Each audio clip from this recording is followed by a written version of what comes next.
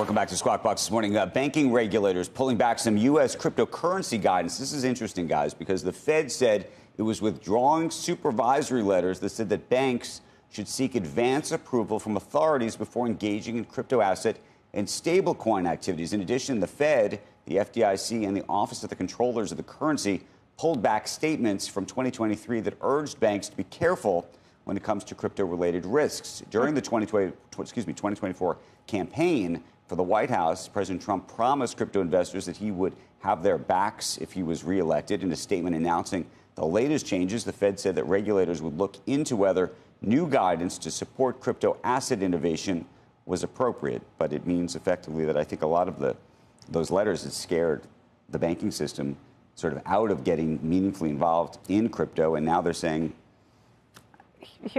do what you like. Here's the question. I mean, because it's the Fed doing that, it's not like an executive order where it's going to get whipsawed if another administration comes in 4 years, I would assume. But again, the politicization of it probably has some things a little concerned about whether the winds would change again at some point. I guess maybe it's better because it's coming from the Fed. Well, I think part of it's coming from the Fed, and it sounded like part of it was coming from the administration. That's what I don't understand. This was part of the campaign promises to do these things. Again, businesses just don't like getting whipsawed by changes in administrations that lead to huge changes in policy. I don't know if this means that all of a sudden you're going to go to your local Chase on the corner and be taking Bitcoin.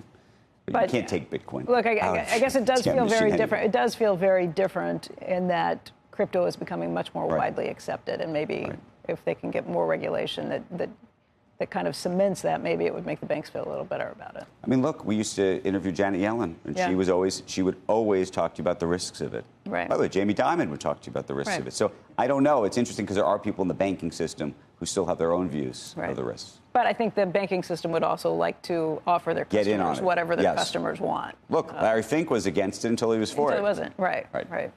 All right, when we come back, a deep dive into the financials. They've been in focus in the last few weeks with the wild swings in interest rates. We'll talk about that next.